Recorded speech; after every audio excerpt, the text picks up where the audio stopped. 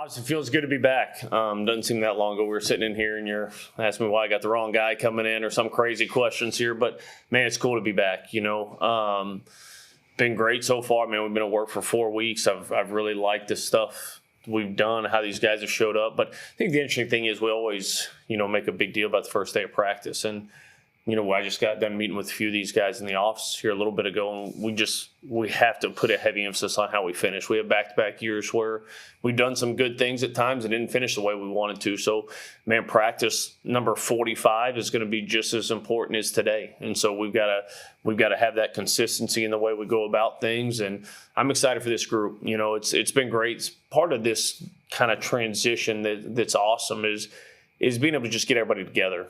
Just with the way the NCAA rules work, with the hours you have, you're really siloed for about the first 3 or 4 weeks where you have all the pitchers over here and all the hitters over here. And today we get to get out and go get after it together. And that's really what matters. This is not a pitchers versus hitters thing. This is a Alabama baseball team preparing to go get ready for another 2026 season. So excited to get to work and excited to get out there today.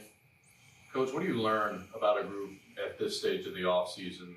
When obviously you guys were just playing, a few months ago, and what do you get out of a group in fall ball and the grind that is, and the lead up to February and what comes next? Yeah, I think it's when your team's built. I think your character, your DNA of your team gets revealed in the spring. If you get to January, if we're in January and February trying to figure out who we are, I think we're in trouble.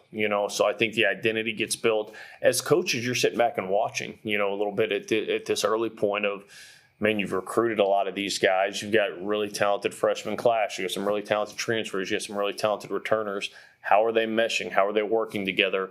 Man, is this guy going to be ready as quick as we think he is? Is this guy going to take a little more time? This transfer in, man, he can probably plug in here a little bit quicker than we thought. So it's a lot of just kind of sitting back and evaluating that. But I think, what makes Mo so good at what he does is, the DNA of this group looks right again. And I talked about that ad nauseum last year. But, man, I think it's a lot of the right kids. Now, we're going to find that out over the next, 45 days. But I think we got a lot of the right guys in the room again. I think it's a really talented group. I think it's going to be a really tough group as we navigate our way through this. So we'll put our heads down and get to work and see where we're at.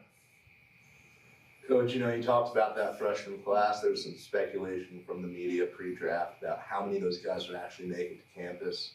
How huge is this class, and then Justin, how you've been getting along with them, how they've been working with the team? Yeah, I think, we sat there on draft day very unsure, probably about 4 or 5 of those guys. And they're plenty good enough. My goodness, there's some talent in there. You go watch Eric Hines hit a baseball. Like, not many guys can do what he does. Not many make him ooh and ah behind the cage, and Eric does. So the talent is not the question. Like, that class is really good. Again, you look at Mo, JJ, Pap, and what they did putting that group together. It's a really good group.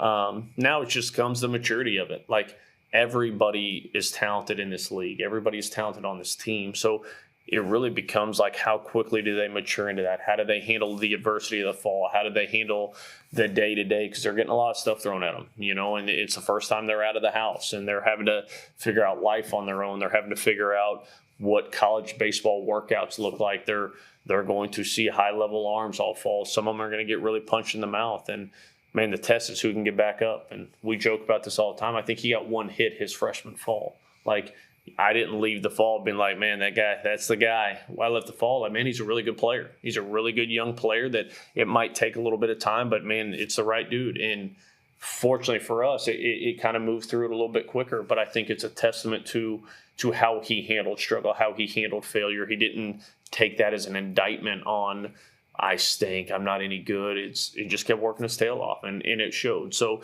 that's what will be the big test for these young freshmen. They're really talented. It's really cool to get some recognition, but with that, they're going to fail. They're going to fail today. Some of them have failed already, and it's like, how quickly can we pick ourselves back up when we get knocked down? That's going to be the true telltale sign. But that class is going to be a pretty special group for Alabama baseball. Like I said, the quicker they can learn to manage that, the quicker they start impacting the on-field performance. Coach, in today's day and age of college athletics, a guy like Lebron, he can hit the door and go elsewhere. What does it say about the culture that he stuck around for his junior season? I wish we could take credit for that. Like, it's got a great family and a great support staff. You see it all around. Like, you see people that They do, man. Like they chase money, they chase being the sexy thing, and I'll let him speak to that for himself. But like, I think winning here was important to him. I think doing it here was important to him. I think he's improved as a player, and I wish I could say, man, we did some magical things to do that, but it's more we got very fortunate to have a young man and a family that puts a priority on things that matter. And I think we're so quick to say everybody's just out there chasing money and chasing fame and chasing this. The right kids are still out there. And I think we got a lot of them, especially this one sitting right here. Yeah, no doubt. I mean, this place has been super special to me. I mean, I'm very big on loyalty, and I won't leave somewhere that I haven't given my all to. And I felt like leaving a place like this, especially with this coaching staff, I mean, what they're building here is just phenomenal. I mean, there's nothing like it anywhere else, and that's for sure. I mean, you're going to come here, you're going to be a part of a family, and that's what I've always wanted to be. Like, I'm super big on family, and this is exactly what that is. Justin, what is the feel like coming into your third year? Obviously, really good last couple of years, but I'm sure last year maybe there were some thoughts out there about, freshman year, was this for real? What can you carry into year over year?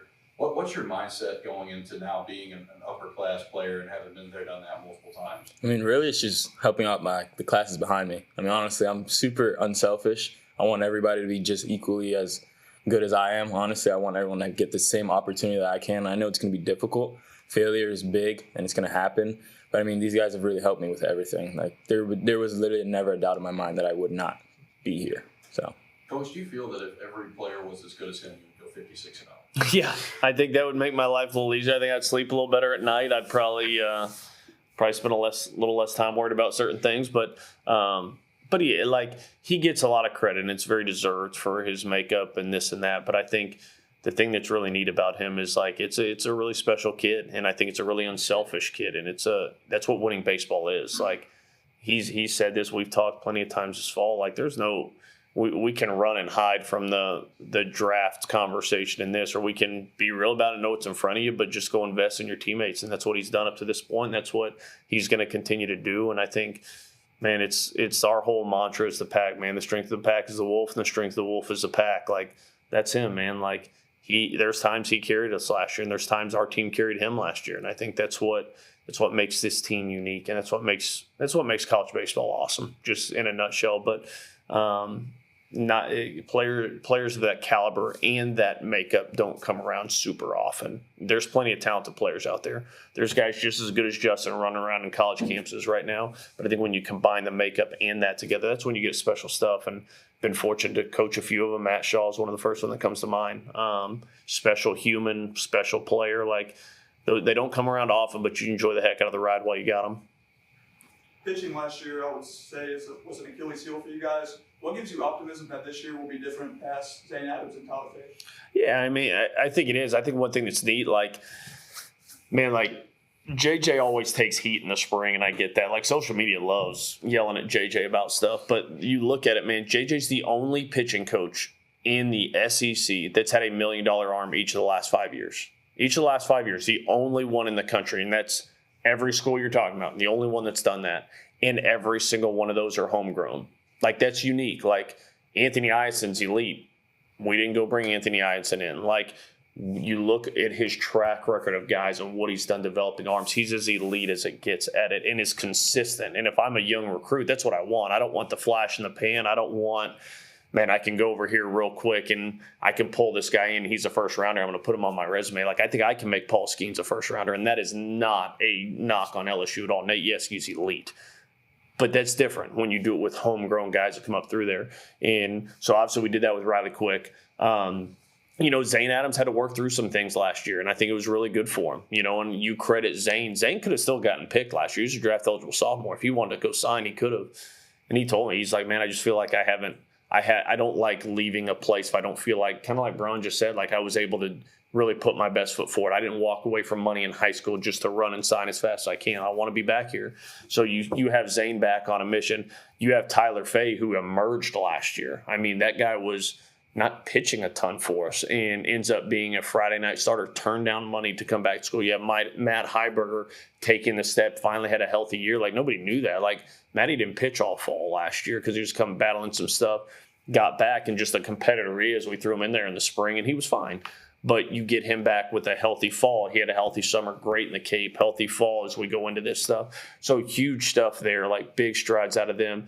Getting guys like Miles Upchurch and Luke Smyers to school is big. Like those are those guys. And those guys didn't come to school because nobody offered them money out of high school. They came to school because they believe in JJ's development program and what he's going to do, that the money they walked away from last July is going to pale in comparison to what comes 2 years from now. So I'm excited about those group of guys. I'd be lying if I said I've watched a ton of them. You know, when we're in individuals, kind of more my specialties on the offensive side. So I'm with these guys every day. I get down to the pen when I can, but haven't seen a ton of from all those guys yet. But just hearing JJ, Case, and Mo talk about their stuff, man, I think they're pretty excited with what's down there. And I think that's the key is like Oz was a superstar for us last year. And shoot, his walkout will still come on at times when we're out there. And I'm like, man, when you hear that song come on, you know everything's just going to be okay. It's a great feeling when you hear that. But we also had to throw him a ton last year. And because of that, I don't think Oz was